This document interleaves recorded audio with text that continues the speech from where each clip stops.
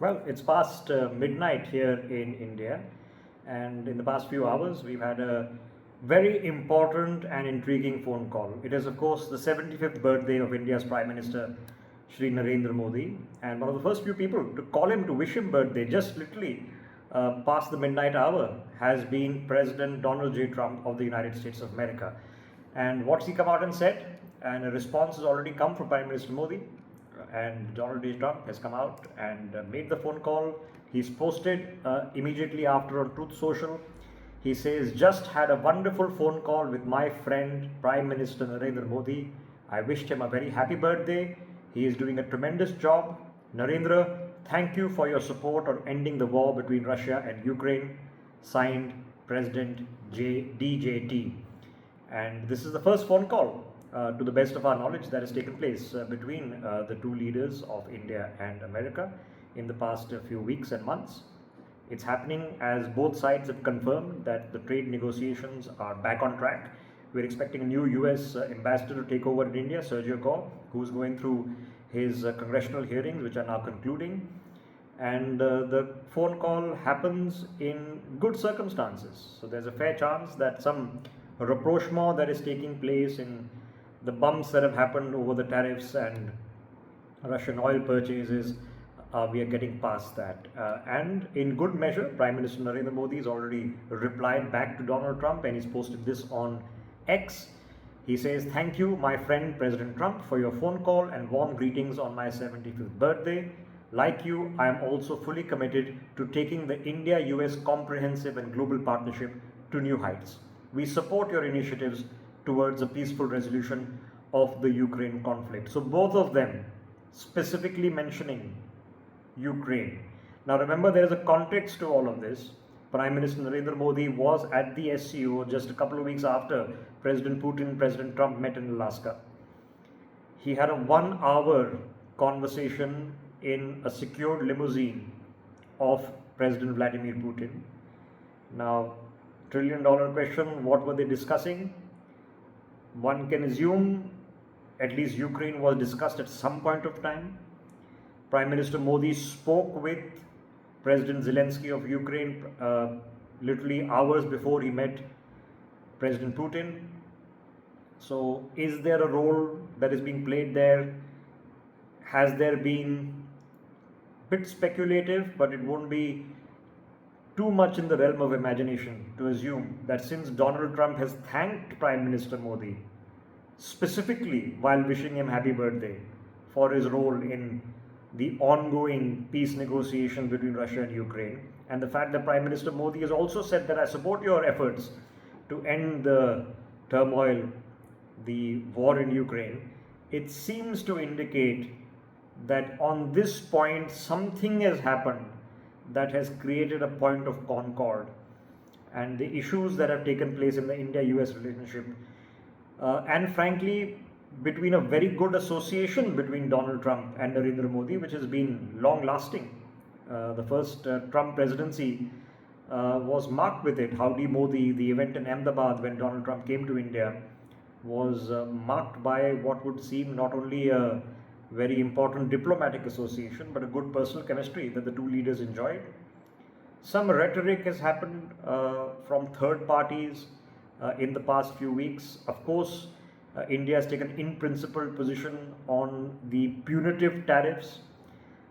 The summation seems to be, and from all the information that I'm putting together that is coming in from people at the front line of these matters in Delhi, seem to indicate that they are hopeful that the conversation has restarted, that there is a, in principle, legitimate conversation to be had when it comes to tariff reciprocity and changes that need to be made in order to strike a deal. We respect the fact that Donald Trump has a duty, which is what he's elected for, to the American people and to get them the best possible deal for them. Narendra Modi has a duty, as elected by the Indian people, to secure the best possible interests of Indians and India. But there is a reasonableness that can find a common ground in between, and that's how a win-win positive sum game is actually achieved in a capitalist, liberal, free world with free trade.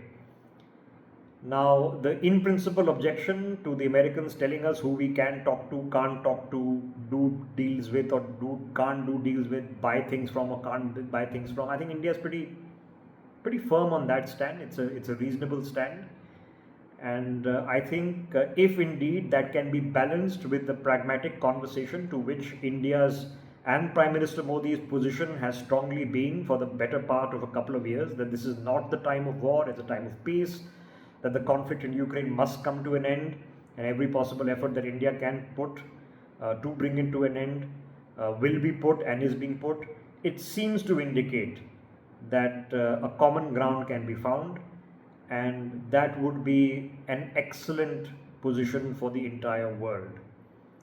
It is important, imperative, some would say, both in America and in India, that the India-US relationship be the defining factor of the 21st century. There needs to be an Indo-Pacific Charter to replace the Atlantic Charter that defines our modern times. India is already the 4th largest economy, headed to be the 3rd largest. And as we've been having conversations here in India on the 75th birth anniversary of Prime Minister Modi, of where India has come over the past decade. In the past decade, we've come from the 10th largest economy to the 4th and soon to be the 3rd.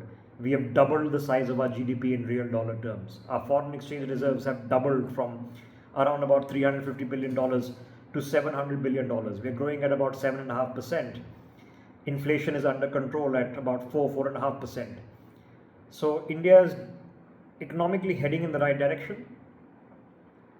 It is painful if tariffs become the impediment to that. There is an in-principle argument to make, and I think India has stood its ground on the in-principle terms. But the tone and tenor that has now been set in these conversations and in the commentary that has happened in the run-up to the conversation, in the background of both Sergio Gore and the United States confirming that the trade talks are back on track, the Indian side not being as vocal about it.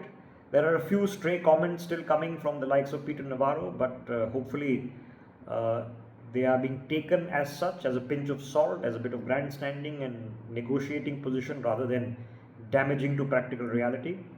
And if that is what is happening, then that's a good turn, not only for India and Indians, but for America and for Americans, for the presidency of Donald J. Trump, and of course the continuing association that Prime Minister Modi has with Donald J. Trump. So the pleasantries have been exchanged, but I don't think it was just birthday wishes. Something substantive has also happened, both in the tone and tenor that has been set and the specific conversations that have happened on Ukraine and Russia. The fact that Donald J. Trump, who need not have mentioned it or could have been completely critical of it, has actually thanked him on these two things, would seem to indicate that the issues regarding the ceasefire with Pakistan and the punitive tariffs, that both sides are now trying to look beyond. That would be a good thing for the world. Keep watching NewsX.